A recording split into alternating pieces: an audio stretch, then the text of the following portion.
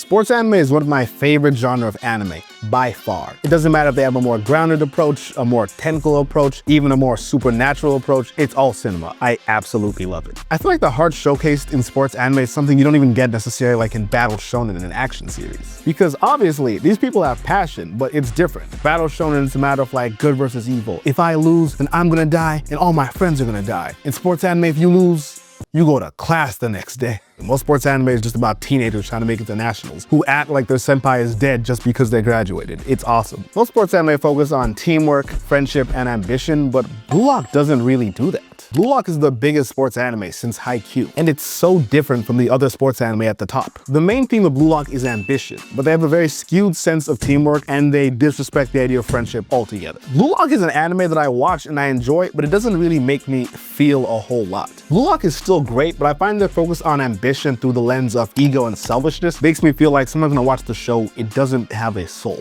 Today I'm gonna compare Hajime no Ippo and Blue Lock and show you why Blue Lock lacks soul. Because I feel like Hajime no Ippo's strongest quality is what Blue Lock neglects the most. Before we get started though, there's just one thing I need to make clear. I've been talking to the like button and bro, she feeling you. She feeling you something crazy, bro. I'm like, I asked her, she said she's gonna let you hit. So you know, hit that like button because your boy set it up. Oh, it's so dumb, but no, seriously, hit it. Blue Lock's main character is Isagi. He starts the story as an unknown forward for a high school soccer team that didn't even make it to nationals. During their national qualifier game, Isagi gets in range of the net to shoot, but is encouraged by his coach and teammate to pass the ball. So Isagi passes it to his teammate who misses the shot and ultimately loses them the game. Isagi wants to be the best striker in the world and win Japan the World Cup, but after losing, he starts to doubt his dream and fixate on if things would be different if he didn't pass the ball in that moment. Then enters Blue Lock, a training program designed to teach young forwards how to improve its striking. And the way to do that is by having a huge ego. And Ego Jinpachi, who runs Blue Lock, and I know the whole point's about Ego, but I don't get why they named his name Ego.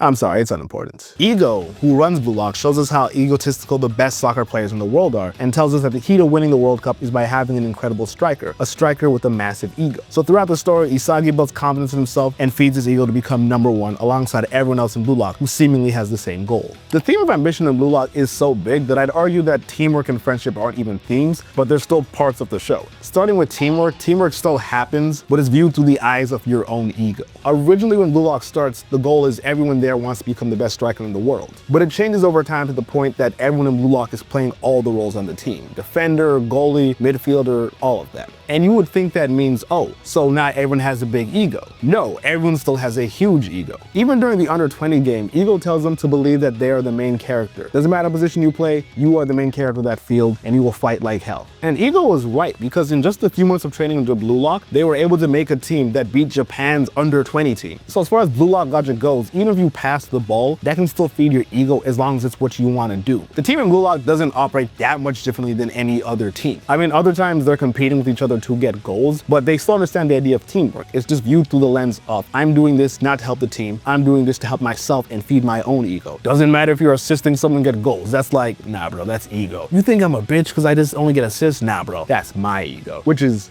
odd, but you get what I'm trying to say. To put it simply, it's not about what you do, it's about why you do it. There's 11 people on each side in the soccer team, so it's pretty obvious there will be an amount of teamwork, but something that matters less and less as the series goes on is the idea of friendship. Bachira and Isagi's friendship fell apart. When their team was still fighting over the ball, they still felt comfortable enough to pass to each other. And Bachira originally joined Blue Lock because he wanted to have a friend to play with. When the second selection starts and Nagi asks Isagi to join his team, Isagi says no because he just wants to hang with Bachira. During the second election, they lose a game and the enemy team takes Bachira. And Isagi has a goal in his head that, yo, I'm gonna get back Bachira. And when he finally gets back and is facing off against Bachira's team, Bachira feels alone. He originally wanted to play soccer with other people, but like he can tell Isagi's developing on his own. And he's not playing that well in the game. And even Nagi tells him like, yo, Bachira, you're not doing good right now. If you keep playing bad like this, we're not gonna pick you. I think Isagi feels the same way. He probably wants Rin. And then Bachira pops off but decides he's not gonna play for other people, he's gonna play for himself. And he's been adamant to that since then. They're not on bad terms, obviously, and they haven't interacted much in the manga due to like plot-related reasons. But the thing is, their friendship, which was very clear at the beginning and partially motivated some of their actions, it just doesn't matter anymore. But it's not as bad as what happened to Nagi and Reo.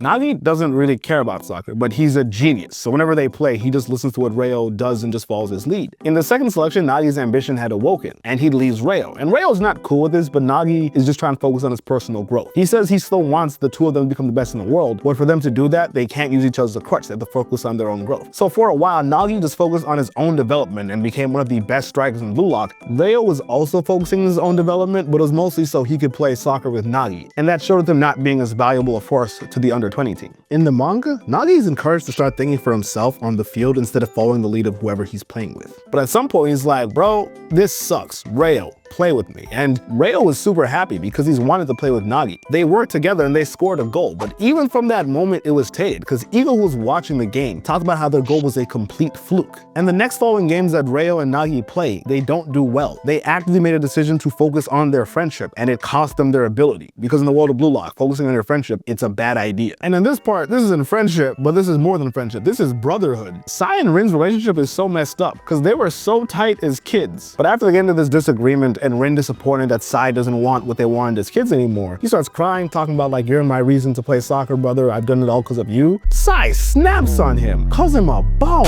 worthless, says, I don't need you in my life. I've heard theories that Sai's done this on an Itachi angle, trying to motivate his younger brother to saying, yeah, hate is what's gonna make you thrive. Even if Sai said what he said to Rin to help him get better, it's kind of sad that the way to get better is to be angry and focus on hate. It can't be about, hey brother, I failed at this dream, but I believe in you to take it on. No, you gotta be angry and hate the world, and that's how you get better. And even during the under-20 game, the focus was to play around Rin. And Rin noticed, wow, all my teammates, they're supporting me, and they're keeping up with me. Most anime characters would have this moment and unlock a new power-up because of the friendship they feel from their team supporting them and not wanting to let them down. But Rin has this moment and says, they're keeping up with me?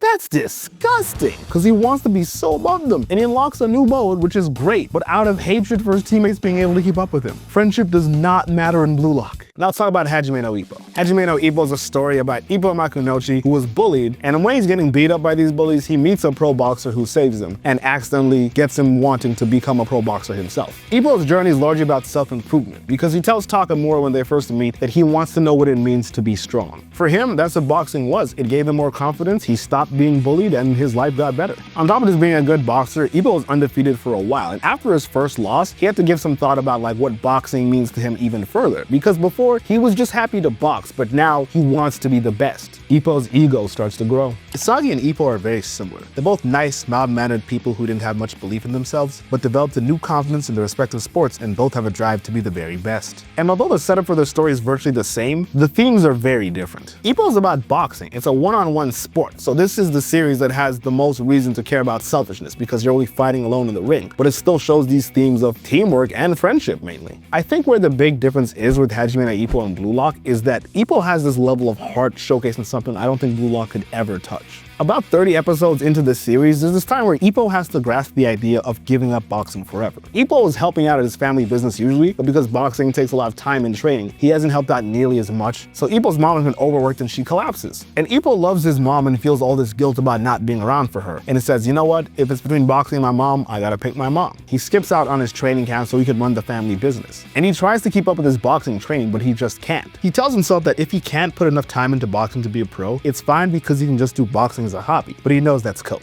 It's not like Ippo hates his family business. You would see him even talking and bonding to his mom about it, but boxing is just something that means so much to him. One of Ippo's friends who actually used to bully him hears about his situation and wants to work at his family's store so Ippo has more time to box. Ippo, being the nice guy that he does, tries to turn him down, but his friend is very insistent, like, no, I need to do this so I can draw a manga of you or something. But it's tough work, it's hard work, the friend is suffering, and when Ippo says goodbye to him at the end of the night, he doesn't think he's gonna come back. And he really doesn't want to come back, but like as he's debating what he should do, he sees that Ippo's shadowboxing and realizes that Ippo is someone with a dream, someone with passion who cares about something. So he comes back the next day and says, yeah, Ippo, I'm gonna stick around, and Ippo starts training. When Ippo returns to his gym, all his friends come back from their training camp and they're super happy to see him, especially Takamura. Because Takamura kind of celebrates Ippo coming back by like beating his ass, but not like in a mean way, more so like, welcome back, this is for making me worried. And Ippo just breaks down and starts crying tears of happiness. He's trying to like get a sentence out, but he just can't because he's just so overwhelmed about what it means to him to box and how much he likes being here. He can't say it because he's crying, but he says the words in his head, I'm home.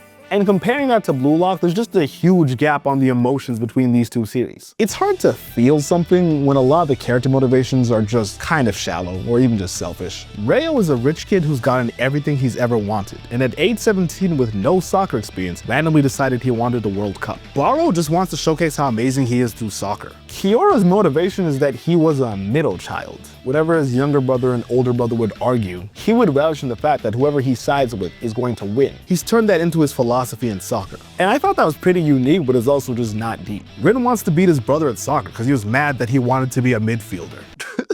Oh my god, this is ridiculous. In Hajime no Ippo, Miyata wants to box and prove that his father, who was a former boxer's style of boxing, isn't wrong and they can still succeed with. Date originally quit boxing because when he left the country for a fight, his wife had a miscarriage and he thought he was neglecting them, so he quit boxing, got a job, and then eventually his wife encouraged him to get back into it, and something he wanted to do to show his son how strong he can be. He fights for his family, basically. And even Ippo, who has similar if not the same motivations as Isagi, there's times where he's fighting for more than just himself when he's fighting against Mashiba after he injured Miyata. When Ippo complimented Mashiba saying you're a good boxer, so why do you have to fight dirty against Miyata? Oh my god, it was incredible. Being driven by a desire to win is not a bad motivation to have. My issue with Blue Lock is that outside of that motivation, a lot of characters don't have many redeeming qualities or even feel like real people. As a fan of sports anime, this is something that I've come to expect most series to have for their characters. And Blue Lock showcases that well for a few of their characters, but I find those characters to be in the minority of who we spend time with throughout the series. The only times I felt Blue Lock showcased an amount of emotional and character depth similar to other sports anime was in season 1. Seeing Isagi in the first episode fail at making steps towards his dream and cry about it, and seeing him start his journey in the first test of Blue Lock was great. At the end of second selection, we saw the members of Team Z clash for Shido because they were distraught over Kunigami being eliminated. Throughout the first selection, we see Team Z learn how to work together on the field as a team and start to forge friendships that last long into the series. In the very first episode, Ego shows them a Noel Noah quote that states that he'd rather lose a game if he scored 3 goals than win a game if he only got 1 assist. When everyone tried to score goals by themselves, they lost horribly. When they start to work as a team is when we see them succeed. Even Khan, who betrayed his team for a guaranteed spot to the next selection, threw that away to foul Nagi because he saw how hard his team was fighting to win. There was zero benefit to doing that for himself. He did it for his team. And is Kunigami, who's now guaranteed a spot into second selection, stop trying? No, he's still just as locked in and wants to win this game with everybody else. Seeing Asagi reflect on how far he's come and appreciate all the people he's played with in the last scene in the season got my blood pumping. I was so excited. This was great. However, I am caught up to the manga. I have not felt anything even remotely close since that moment. And this isn't to say that the author is bad at writing friendship, because he shows it quite well. After the Blue Lock versus U20 game, there's just this episode when you see the people of Blue Lock go out. They met up in different groups, not everyone wanted to hang out, which felt realistic. We see that the people in Blue Lock, they are friends. And then they even meet the under 20 team who they just faced, and they're like, yo, we're about to have a fight, but nah, they just kind of get along. It was good to see all these boys do something and have friendship, and made me realize something. How much of a sports anime do you want them to focus on the actual sports? Blue Lock is so sports intensive. I don't think other sports anime are like this. All the characters in Blue Lock are men, and the most important female character just supports Ego and doesn't interact with any of the boys. Do you have any idea how hard it is to find Blue Lock hentai that isn't gay? I have nothing to ship in this series, bro. Where's my romance subplot? So much of Blue Lock focusing on soccer leaves little time for character interactions. We still do get a few of them here and there, and I think they are good, but they're like far and few in between. When they join Blue Lock, all they do is soccer. All the conversations they've had have been around soccer. When I watch Prince of Tennis or other sports anime, I like to see those down moments, those chill moments where everyone like talks and chills. But the plot always does revolve it to be around whatever sport it is they're playing. Maybe not in every single interaction, because I understand, yeah, this is a series about that sport. Obviously that's gonna be the main focus, but in Blue Lock, that's all the focus there is. It kind of depresses me to see how little friendship there is in the series. People do believe in each other in Blue Lock, but I wish someone would believe in someone because we're friends. When Hiyori and Isagi linked up like this, it was crazy. Also hella gay. This is so gay, but it was crazy. They had this like moment of teamwork that was awesome. But Hiyori's saying that, yo, if Isagi, if you fall off, I'm gonna leave you behind.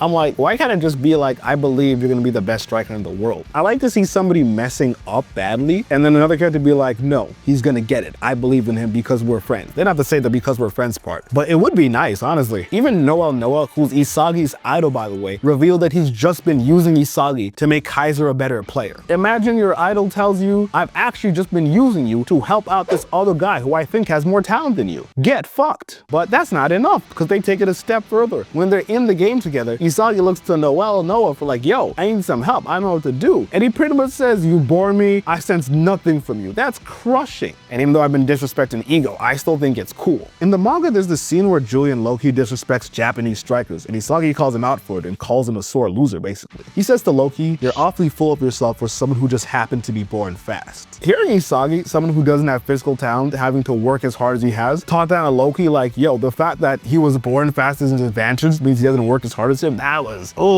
sick. But what happened next wasn't sick to me. Noah, who sees Isagi talking crazy, tries to get him to calm down, reminds him they're on a live stream, and compliments him on his play. And Isagi says, I don't trust you anymore. The next World Cup is gonna be mine. He like snaps on his idol and says, yo, we're rivals now. Everyone who's watching the live stream that thought, yo, it's crazy. Isagi just told off the best striker in the world and Julian Loki, and everyone thinks he's sick. And Isagi definitely is sick, but when that happened to me, I felt sad. Isagi has mentioned Noah since episode 1. That person's his idol, and finding out that your idol used you, that's gotta suck. And for Isagi, it sucks a bit, but he kind of gets over it. I'd like to see him, as fucked up as it sounds, like dwell in the sadness a bit. Even during that game, Isagi comes to this realization that he's not a genius, and he thinks maybe he's below them. And I think this is quite interesting, but the thing is, very quickly he realizes, wait a sec, I'm not a genius, but it doesn't matter. He gets over that hurdle. Would it really be so bad for Isagi to be sad a little bit longer that his idol just used him like this? Would it be so bad to dwell on the disappointment of not being a genius for longer than 5 seconds? I don't think so. Blue Lock doesn't like to spend a lot of time in the moment feeling things. It's always about thinking, always about trying to overcome, and I think that's great, but it's all the time. I don't think having sad things happen in your story matters if the characters get over it almost immediately. It just feels hollow. And I think there's something to be said about Blue Lock being a series about overcoming, but if we don't see Isagi struggle that much, it doesn't hit as hard when he overcomes whatever challenge he deals with. Blue Lock at its core is still a really good series. My issue with Blue Lock is that in spite of its strong points, sports anime to me have always been about more than just the sport. I care about people on a journey and how they change. I care about the people they meet on that journey and seeing what that sport or period of their life playing that sport means to them. Blue Lock hasn't shown me a whole lot of that. I don't think giving us more character moments would betray its overall premise, but for whatever reason, we barely get any in the series. Blue Lock has been very consistent with its themes from day one, but I doubt that by its conclusion, it will be considered one of the greatest sports anime or manga of all time.